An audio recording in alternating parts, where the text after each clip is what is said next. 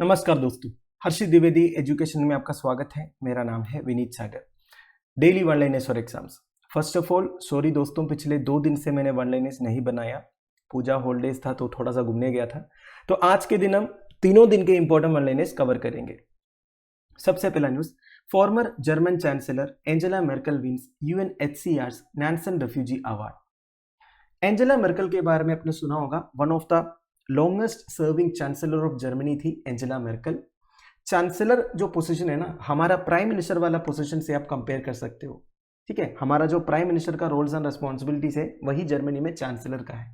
Present chancellor of Germany कौन है? Olaf Scholz है। ओलाफ शोल्ज किस पॉलिटिकल पार्टी से बिलोंग करते हैं? आप मुझे कमेंट बॉक्स में बताइए। आजकल ऐसे भी क्वेश्चंस पूछते हैं एग्जामिनेशंस में।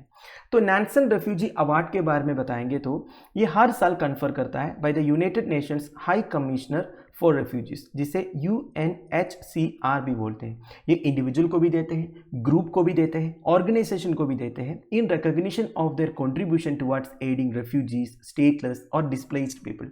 देखिए, एक कंट्री में जब ज़्यादा ही प्रॉब्लम्स होते हैं, जैसे कि सिविल वार हो गया, इंटरनल कुछ प्रॉब्लम्स हो गया, या फिर एक्सटर्नल अग्रेशन हो गया, या फिर कुछ माइनॉरिटीज़ के साथ जो परसिक्यूशन होता है, ये सब हो गया, तो तब लोग वो कंट्री छोड़ के दूसरे कंट्री में जाते हैं। इन्हें रेफ्यूजीज बोलते हैं या फिर डिस्प्लेस्ड पर्सन्स बोलते हैं। इन्हें जब एक कंट्री का लीडर या कोई ग्रुप या ऑर्गेनाइजेशन सपोर्ट करते हैं, एड करते हैं, असिस्ट करते हैं, उन लोगों को दिया जाता है दोस्तों ये जो नैन्सन रेफ्यूजी अवार्ड है। जब एंजेला मेर्केल जर्मन चांसलर थी 2015 एंड 2016 के बीच में, then Germany welcomed more than 1.2 million refugees and asylum seekers, especially from Syria। देखिए, सीरिया में जो प्रॉब्लम चल रहा था इसके बारे में आपको मालूम होगा। 2015-16 में तब सीरिया से लोग माइग्रेट करते थे, बेसिकली उधर से भाग के दूसरे कंट्रीज में जाते थे। तो जर्मनी में कम से कम 1.2 मिलियन रेफ्यूजीज पहुंचे थे। इन्हें असिस्ट किया था एंजेला मेर्केल। ठीक है, तो उनका ये जो कंट्रीब्यूशन के लिए ये अवार्ड अभी दिया गया है। ठीक है, वैसे यूएनएचसीआर नैन्सन रेफ्यूजी अवार्ड 1954 में क्रिएट हुआ था in honour of the first United Nations High Commissioner for refugees, Arctic explorer and humanitarian Fridtjof Nansen. तो ये देखिए, फ्रिड्जोफ नैन्सन यूएनएचसीआर का पहला हाई कमिश्नर थे, तो उन्हीं के नाम पर ये अवार्ड दिए जाते हैं दोस्तों। और नैन्सन रेफ्यूजी अवार्ड पहली बार रिसीव किया था एलियानोर रूसवेल्ट। एलियानोर रूसवेल्ट के बारे में भी आपको पता होना चाहिए। ये farmer United States of America के प्रेसिडेंट रूसवेल्ट की वाइफ थी। ठीक है, नाउ रीजनल अवार्ड्स भी दिए जाते हैं दोस्तों, जैसे कि अमेरिकास के लिए, यूरोप के लिए, अफ्रीका के लिए, एशिया के लिए, मिडिल ईस्ट के लिए। ठीक है, 2017 से, ऐसा नहीं पूरा दुनिया के लिए का अवार्ड दिया गया, रीजनल एरियाज के लिए भी अवार्ड दिए जाते हैं। यूएनएचसीआर के बारे में बताएंगे तो एक यूनाइटेड नेशंस एजेंसी है involve in the protection of refugees and displaced and stateless communities. तो जितने लोग इस तरह डिस्प्लेस होते हैं दोस्तों, माइग्रेट करते हैं कुछ प्रॉब्लम्स की वजह से, उन्हें प्रोटेक्ट करने की रिस्पॉन्सिबिलिटी है यूएनएचसीआर का। अगला है WHO warns of worrying surge in cholera cases globally। World health organisation ने एक वार्निंग इशू किया है कॉलेरा केसेस के रिगार्डिंग। टिपिकली देखा जाएगा तो हर साल लेस देन 20 कंट्रीज में से कॉलेरा केसेस रिपोर्ट होता है, पर इस साल 26 कंट्रीज में से कॉलेरा केसेस रिपोर्ट हुआ है दोस्तों। एंड मोर ओवर हाइती में 7 डेथ्स भी रिपोर्ट हुआ है। हाइती के बारे में आपको पता होगा, एक कैरिबियन कंट्री है। काफी साल पहले हाइती में एक डिवास्टेटिंग अर्थक्वेक भी हुआ था।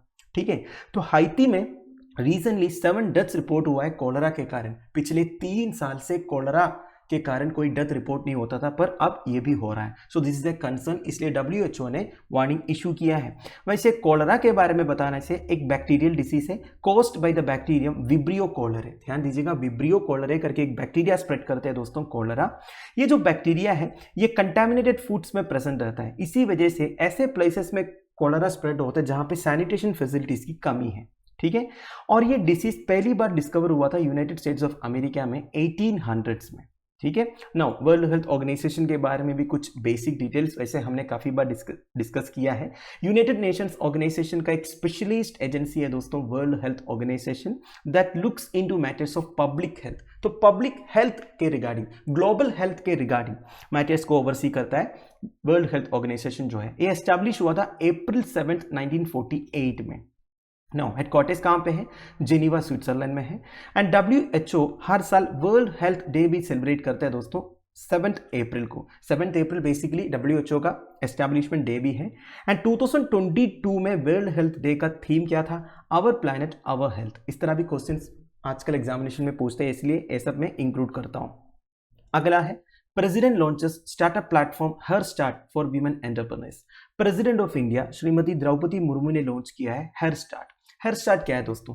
ये बेसिकली एक इनिशिएटिव है Gujarat university startup and entrepreneurship Council का, aimed at supporting women led startups in scaling up. तो बेसिकली इंडिया में वीमेन लेड स्टार्टअप्स को सपोर्ट करने के लिए एक इनिशिएटिव है हर स्टार्ट, जिसे डेवलप किया है Gujarat university startup and entrepreneurship council. ठीक है। Now the her start platform will support women entrepreneurs in helping their innovative ideas take off. तो बेसिकली वीमेन एंटरप्रेन्योर्स को नया स्टार्टअप वगैरह खोलने के लिए ये जो प्लेटफॉर्म है ये सपोर्ट करेंगे। ठीक है। नाउ स्टार्टअप से रिगार्डिंग कुछ इंपॉर्टेंट इंफॉर्मेशन है दोस्तों। वैसे मैं आपको बताऊं, दुनिया में सबसे ज्यादा स्टार्टअप्स है यूनाइटेड स्टेट्स ऑफ अमेरिका में, फिर चाइना में, फिर इंडिया में। तो बेसिकली इंडिया 3rd पोजीशन में है। पर देखिए नेशनल सैंपल सर्वे के हिसाब से women entrepreneurs account for only 14% of all enterprises in India. तो इंडिया में जितने एंटरप्राइजेस है इसमें वीमेन एंटरप्रेन्योर्स का कंट्रीब्यूशन जो है बहुत कम है दोस्तों, केवल 14% है। अगर आप इंडियन स्टार्टअप्स की बात करें तो women are founders of only 6%। देखिए दुनिया में 3rd पोजीशन में है इंडिया स्टार्टअप्स के रिलेशन में, पर उसमें कितने इंडियन स्टार्टअप्स में वीमेन फाउंडर है? केवल 6% में। पर अगर आप ओनरशिप ऑफ इक्विटी की बात करें, बिजनेस स्टेक्स की बात करें, बेसिकली एक कंपनी का कितने परसेंटेज ओनरशिप एक वुमेन के पास है, वो सबसे ज्यादा इंडिया का मैन्युफैक्चरिंग सेक्टर में आपको देखने को मिलेगा। बेसिकली वीमेन का जो ओनरशिप है even exceeding 50%, mainly paper and tobacco products industry में। ठीक है। नाउ गवर्नमेंट ऑफ इंडिया की तरफ से वीमेन एम्पावरमेंट के लिए काफी सारे स्कीम्स है दोस्तों, जैसे कि standup India scheme, Udyogini scheme, Mahila Udyam Nidhi scheme. अगला है the Nobel prize in physics 2022। Physics में नोबेल प्राइज अनाउंस हुआ है to Alain Aspect John F Clauser and Anton Zeilinger for their work on quantum mechanics. Quantum mechanics मतलब क्या होता है? ये बेसिकली फिजिक्स में एक फंडामेंटल थ्योरी है दोस्तों, जो एटॉमिक पार्टिकल्स, सब एटॉमिक पार्टिकल्स, ये सब के प्रॉपर्टीज के बारे में स्टडी करते हैं। इतना ही समझ लीजिएगा। तो इन 3 साइंटिस्ट को क्वांटम मैकेनिक्स के लिए नोबेल प्राइज अनाउंस किया है। नोबेल प्राइज कन्फर कौन करता है दोस्तों? Royal Swedish academy of sciences in Stockholm. ठीक है। Now Nobel prize is among the most eminent awards in the world presented each year for intellectual achievement in different fields. तो different fields में intellectual achievement के लिए Nobel prize दिए जाते हैं दोस्तों। कौन कौन से फील्ड में है? 1 is physics, 2nd is chemistry, 3rd is physiology और medicine, 4th is literature, 5th is economics, और एक है दोस्तों peace, Nobel peace prize for peace के बारे में भी आपने सुना। नोबेल प्राइज विनर को gold medal, diploma and 10 million Swedish kronor मिलता है। स्वीडिश क्रोनर बेसिकली स्वीडन की करेंसी है।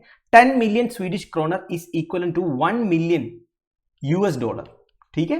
And the prize money comes from the bequest of Alfred Nobel. Bequest मतलब donation of Alfred Nobel. Alfred Nobel was the inventor of dynamite. इन्होंने इस award को create किया था।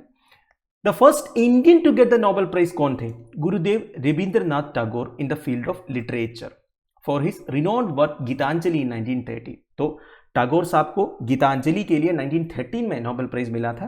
टोटल 9 इंडियंस को अभी तक नोबेल प्राइज मिला है दोस्तों।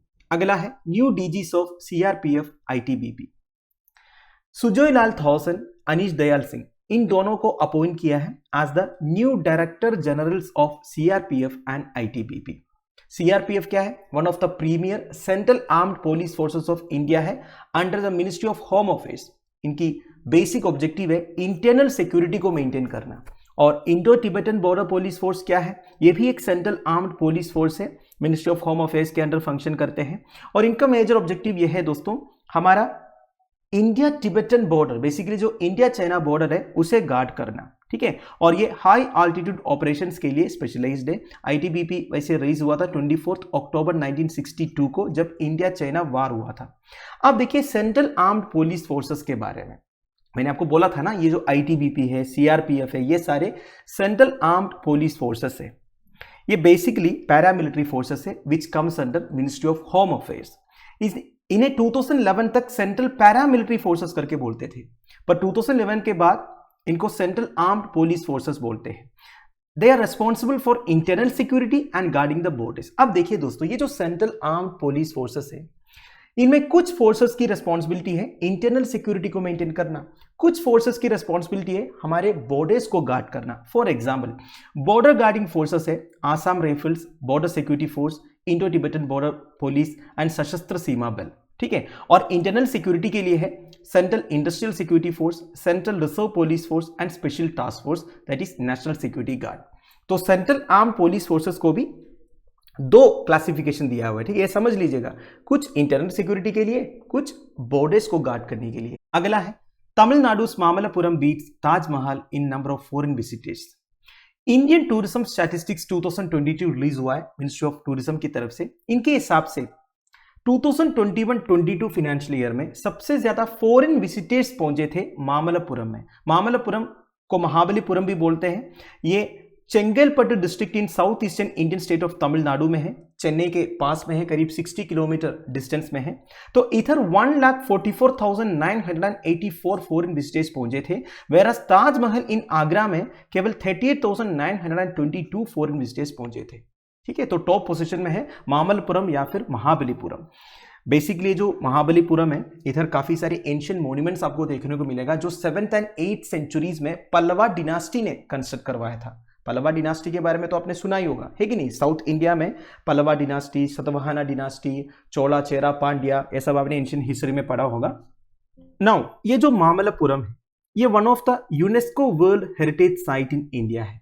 क्या होता है UNESCO world heritage site? It is a place that is recognized by the UNESCO. UNESCO मतलब United Nations Educational, Scientific and Cultural Organization, and this is exemplified by the Convention regarding the protection of world cultural and natural heritage accepted by the UNESCO in 1972. तो basically UNESCO 1972 में एक convention accept किया था, convention regarding the protection of world cultural and natural heritage.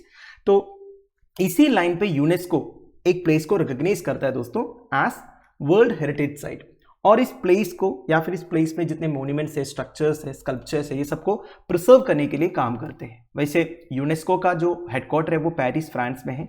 India में 40 UNESCO world heritage sites हैं, ये एक बार confirm कीजिएगा।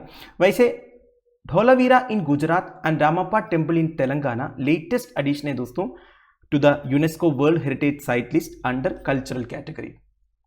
वैसे वर्ल्ड हेरिटेज साइट्स जो है ये 3 कैटेगरी में आते हैं, one is cultural, second is natural, third is mixed.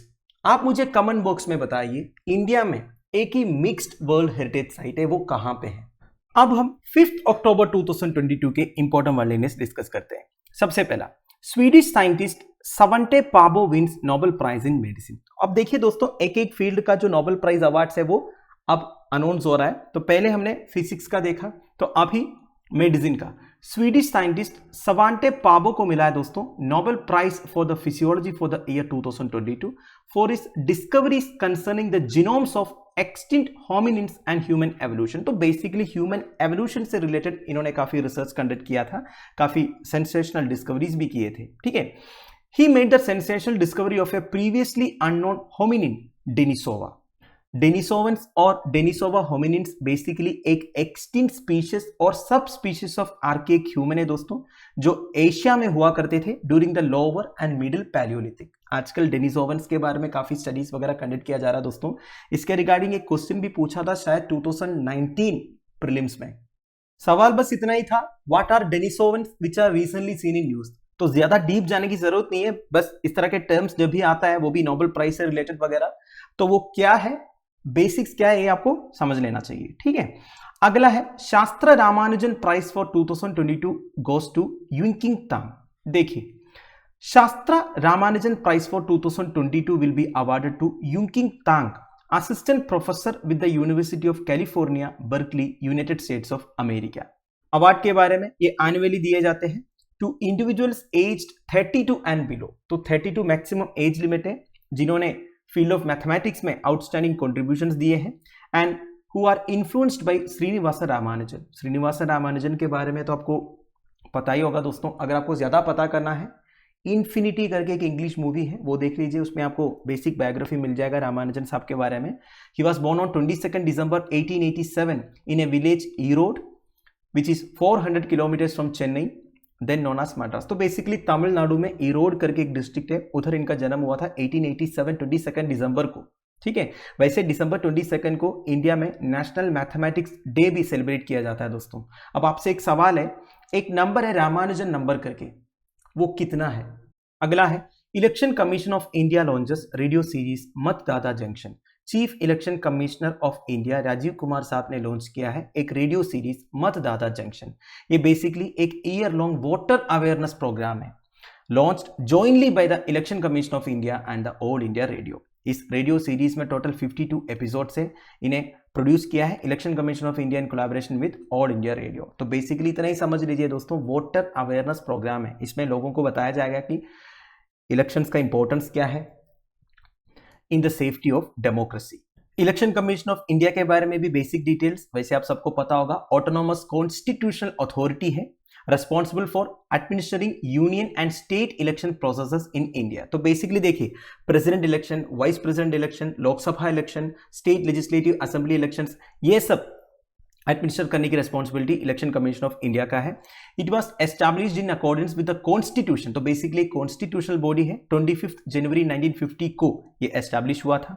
Article 324 से लेके article 329 of the Indian constitution में आपको इलेक्शन कमीशन ऑफ इंडिया के powers, function, tenure, eligibility etcetera ये सब के बारे में डिटेल्स मिल जाएगा।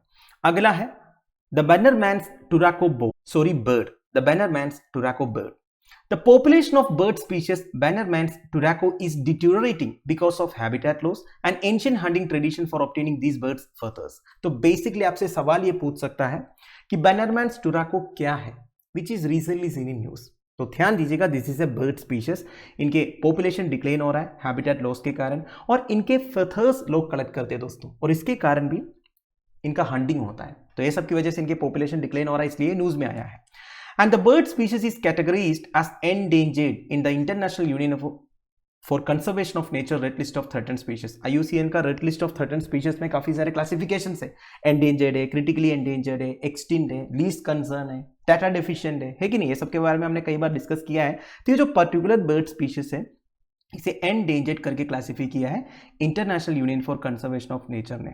बैंडरमैन्स tobacco is known as fen in Oku language, a native language in Cameroon. तो कैमरून बेसिकली एक अफ्रीकन कंट्री है, उधर एक नेटिव लैंग्वेज है ओकू। ओकू में इस पर्टिकुलर बर्ड को फेन बोलते हैं, and it is named in the honour of British ornithologist David Armitage Bannerman. तो ये बैनरमैन बेसिकली एक ब्रिटिश ऑर्निथोलॉजिस्ट मतलब जो बर्ड्स के बारे में स्टडी करते हैं, उनके नाम पे है ये जो बैनरमैन्स टोबैको बर्ड का नाम जो आया है। अगला है Pullampara is first fully digital literate panchayat. देखिए, केरला में एक ग्राम पंचायत है पुल्लमपारा। पुल्लमपारा इंडिया का पहला ग्राम पंचायत बना है जिन्होंने फुल डिजिटल लिटरेसी अटेन किया है। वैसे केरला स्टेट गवर्नमेंट ने द डिजी पुल्लमपारा प्रोजेक्ट स्टार्ट किया था अगस्त 15, 2021 को। एक साल के अंदर यहां कंप्लीट डिजिटल लिटरेसी अटेन हुआ है। तो बेसिकली जितने गवर्नमेंट सर्विसेज वगैरह है दोस्तों, वो सब पब्लिक पुल्लमपारा पंचायत में ऑनलाइन अवेल करते हैं। वैसे डिजिटल इंडिया कैंपेन के बारे में आपको पता होगा, जुलाई 1, 2015 को प्राइम मिनिस्टर नरेंद्र मोदी जी ने लॉन्च किया था। गवर्नमेंट सर्विसेज मतलब आप समझ रहे हो ना दोस्तों, बेसिकली गवर्नमेंट की तरफ से जितने सिटीजन सेंट्रिक सर्विसेज है, जैसे कि हमें गवर्नमेंट से कुछ सर्टिफिकेट्स चाहिए, for example caste certificate, community certificate, possession certificate, income certificate etcetera. तो पहले क्या होता था, ये सब के लिए हमें panchayat office, taluka office, collectorate यहाँ जाना पड़ता था और एप्लीकेशन फॉर्म भरना पड़ता था, सब पेपर के साथ होता था। आजकल डिजिटल इंडिया कैंपेन शुरू हुआ है, तो सारे जो सिटीजन सेंट्रिक सर्विसेज है वो सब ऑनलाइन अवेलेबल है। बस आपको लॉगिन करना है, एप्लीकेशन डालना है, कोई प्रिंट आउट वगैरह की जरूरत नहीं है। देखा जाएगा तो ऑफिसेस फिजिकली विजिट करने की जरूरत नहीं है। तो इंडिया में अलग अलग जितने भी इंस्टीट्यूशन है उधर डिजिटाइज करने का काम तो चल रहा है, पर केरला में ये जो पुल्लमपारा ग्राम पंचायत है, इन्होंने पूरे पंचायत में फुल डिजिटल लिटरेसी अटेन किया है। अब दोस्तों 4 अक्टूबर के इंपॉर्टेंट वर्ल्डनेस, सबसे पहला ISRO scientist Anil Kumar elected vice president of IAF। इधर IAF मतलब इंडियन एयरफोर्स नहीं है, इंटरनेशनल एस्ट्रोनॉटिकल फेडरेशन है दोस्तों, जिसे 1951 में फाउंड हुआ था। One of the world's top space advocacy body से विथ 433 मेंबर्स इन 72 नेशंस। तो 72 कंट्रीज में से टोटल 433 मेंबर्स है दोस्तों इंटरनेशनल एस्ट्रोनॉटिकल फेडरेशन में। तो ये बेसिकली स्पेस रिलेटेड एक्टिविटीज में सपोर्ट करते हैं। So basically the federation advances knowledge about space, supporting the development and application of space assets by promoting global cooperation। तो ग्लोबल कॉपरेशन को इंश्योर करके space के बारे में नॉलेज को एडवांस करना, स्पेस एसेट्स का डेवलपमेंट एंड एप्लीकेशन को सपोर्ट करना, प्रमोट करना, ये सब IAF का बेसिक ऑब्जेक्टिव है।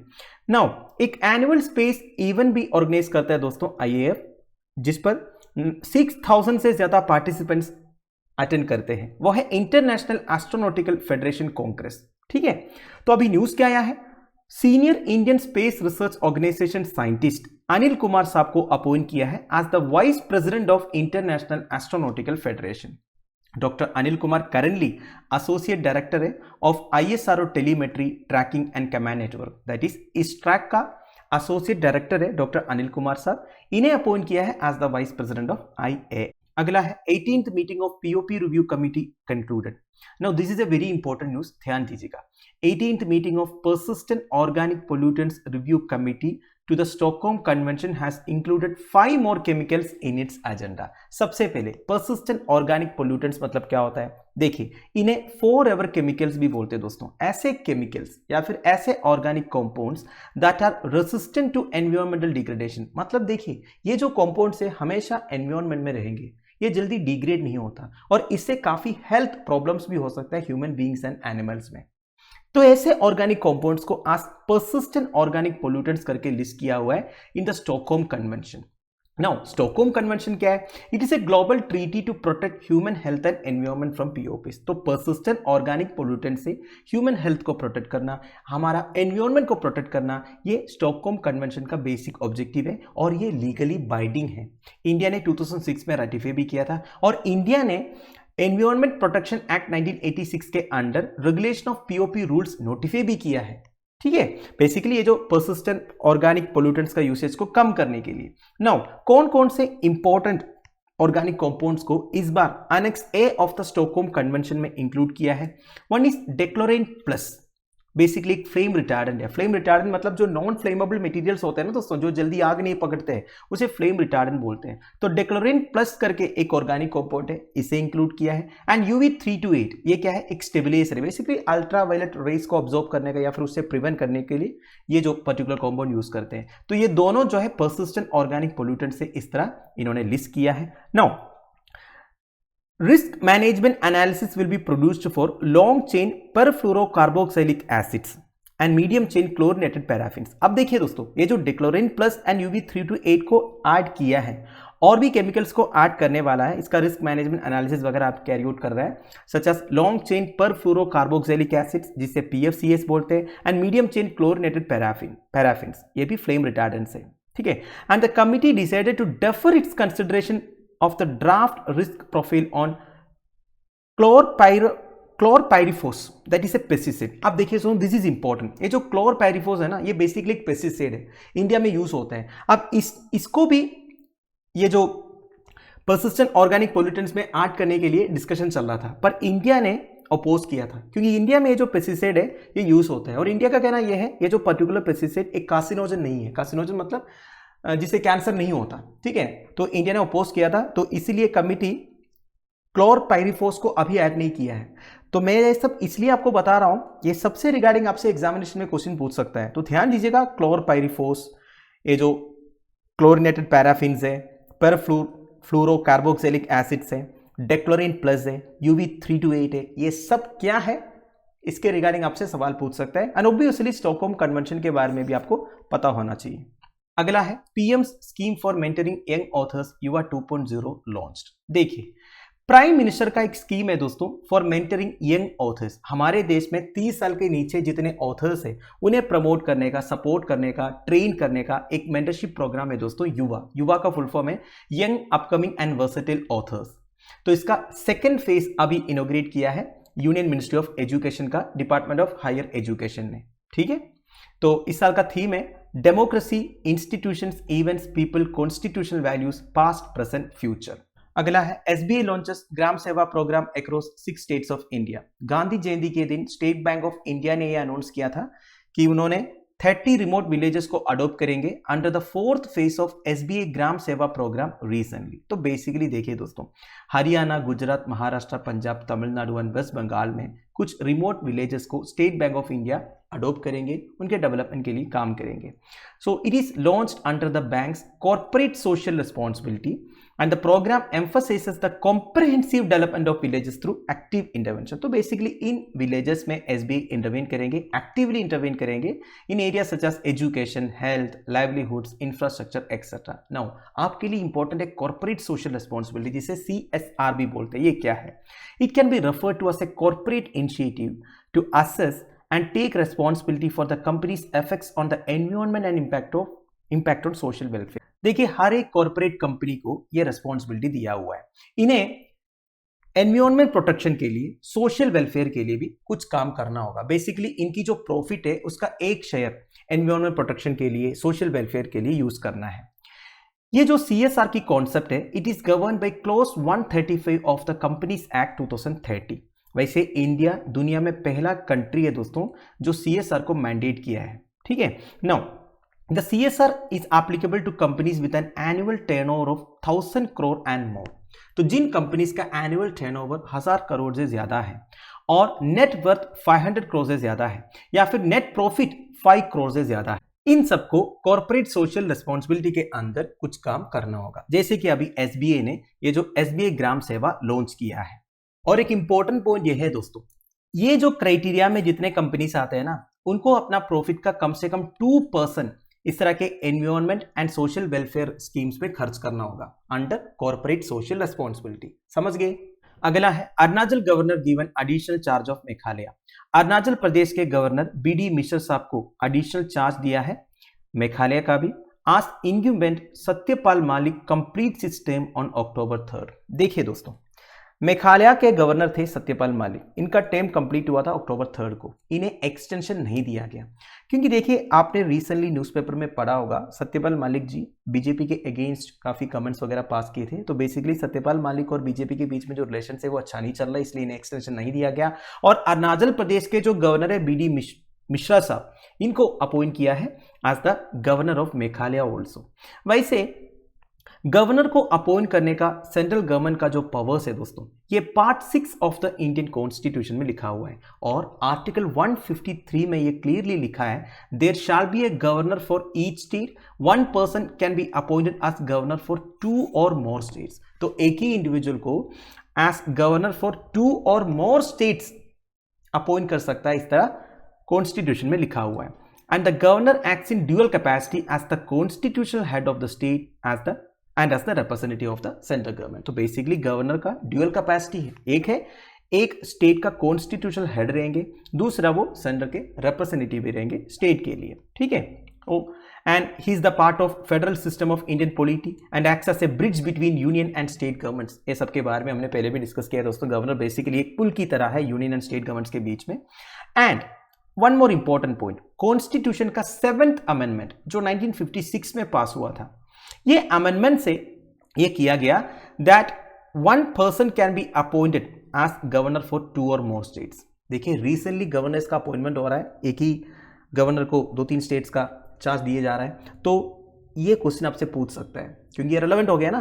तो 7th अमेंडमेंट 1956 में जो हुआ था, उसी अमेंडमेंट के थ्रू ये जो पावर है सेंट्रल गवर्नमेंट का, एक ही पर्सन को 2 और मोर स्टेट्स का गवर्नर करके अपॉइंट करने का, ये हुआ है. ठीक है. Now article 157 and article 158 of the constitution of India specify eligibility requirements of post of governor. तो एक गवर्नर का एलिजिबिलिटी रिक्वायरमेंट्स क्या क्या है, ये सब आर्टिकल 157, आर्टिकल 158 ये सब में लिखा हुआ. तो दोस्तों दैट्स इट. आई होप आपको वीडियो इन्फॉर्मेटिव लगा होगा.